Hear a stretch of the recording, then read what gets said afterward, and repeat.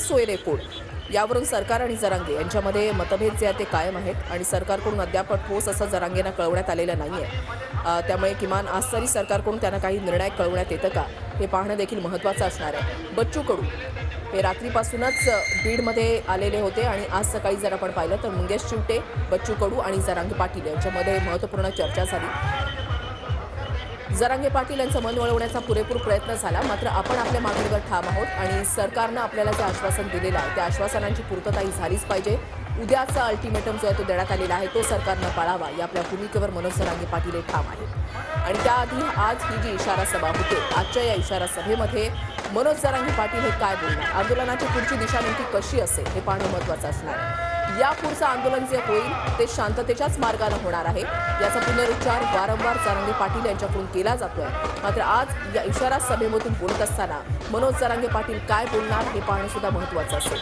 आतापर्यंत आपण पाहिलेलं आहे की ज्या वेळेला मनोज जरांगे पाटील यांनी संबोधित करत असताना मराठा आरक्षणाला ज्यांचा विरोध आहे त्यांचा समाचार घेतलेला आहे आणि आरोप प्रत्यारोप सुद्धा यावरून झालेले होते। मात्र आजच्या या सभेमधून मनोज जरांगे पाटील नेमकं काय बोलणार हे पाहणं तितकंच महत्त्वाचं असणार आहे। काही वेळातच मनोज जरांगे पाटील या सभेच्या ठिकाणी पोहोचतील, मात्र या सभेच्या ठिकाणी पोहोचण्यासाठी भव्य अशी रॅली जी आहे ती काढण्यात आलेली आहे। भगवा पताका चहू बाजूने आपण पाहताय आणि मराठा बांधवांची मोठी गर्दी। महेंद्र मुधोळकर आमचे प्रतिनिधी आमच्या सोबत आहेत, अधिक तपशील त्यांच्याकडून जाणून घेणार आहोत। थेट जाऊयात महेंद्रकडे। महेंद्र, वृषाली, खरं जर पाहिलं तर मनोज जरांगे पाटलांची ही इशारा सभा आहे आणि या सभेकडे संपूर्ण महाराष्ट्राचं लक्ष लागलेलं आहे। कारणही तसंच आहे, जरांगे पाटील नेमका आज निर्णय काय घेतील, त्यांच्या भाषणामध्ये काय बोलतील। जरांगे पाटील चा आजचा जो भाषण आहे त्यामध्ये सरकारला जो अल्टिमेटम आहे, सरकारला जो इशारा आहे ते काय देतील, या सगळ्या गोष्टी ज्या आहेत ज्या गाडीमधून मनोज जरांगे पाटील जात होते त्या गाडीतून ते आता बाहेर आलेले आहेत, कारण की आपण जर पाहिलं तर ही भव्य अशी रॅली आहे आणि या ठिकाणी आता गाडीमधून बाहेर पडलेले आहेत मनोज जरांगे पाटील।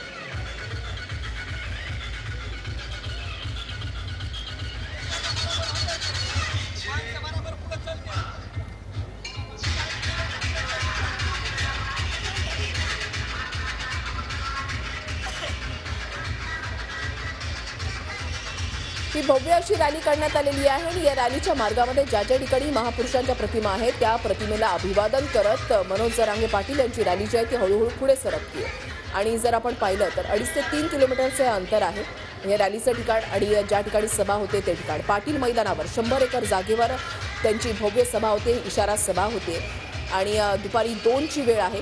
2च्या आसपास मनोज जरांगे पाटील या सभेच्या ठिकाणी पोहोचतील आणि त्या ठिकाणी इशारा सभेमधून ते आज नेमकं काय बोलणार हे पाहणं महत्त्वाचं असेल। ही थेट दृश्य आपण पाहताय बीडमध्ये।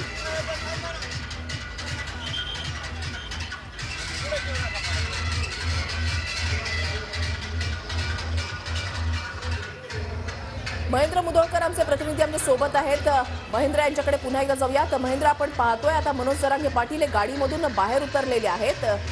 या सभेच्या ठिकाणी किंवा या रॅलीच्या दरम्यान कुठल्याही प्रकारे अनुचित प्रकार घडू नये यासाठी पोलिसांचा मोठा बंदोबस्त आहे, सीसीटीव्ही सुद्धा ठिकठिकाणी लावण्यात आलेले आहे।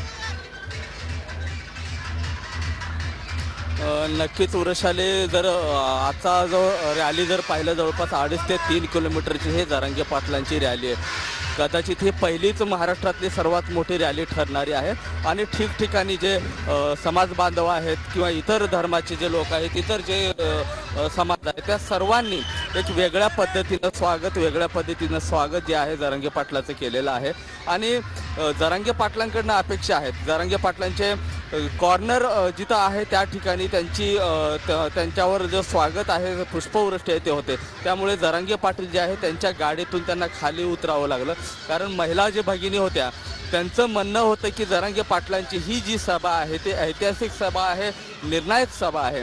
त्यामुळे जरांगे पाटलांना खाली उतरावं लागलं आणि खाली उतरवून आता ते रस्त्यावर जे थांबलेले आहेत समाज बांधव आहेत, इतर समाजाचे लोक आहेत, त्यांचं स्वागत घेताना आपल्याला पाहायला मिळते। आता थोड्याच वेळात आता ही जी रॅली आहे सध्या सुभाष रोड परिसरामध्ये आहे आणि डॉक्टर बाबासाहेब आंबेडकरांच्या पुतळ्याला अभिवादन करून या रॅलीला खऱ्या अर्थानं सुरुवात झालेली आहे। त्या ठिकाणीही डॉक्टर बाबासाहेब आंबेडकरांचा जयघोष करत ही रॅली पुढे आलेली आणि आता थोड्याच वेळामध्ये ही जी रॅली आहे ती धुळे सोलापूर महामार्गाला लागेल, ज्या ठिकाणी साहित्यरत्न अण्णाभाऊ साठे यांचा पुतळा आहे त्या ठिकाणी ते अभिवादन करतील आणि पुढे जे आहे छत्रपती शिवाजी महाराज चौक आहे आणि तिथं शिवाजी महाराजांच्या पुतळ्याला अभिवादन करून पुढल्या दिशेने ते कूच होतील.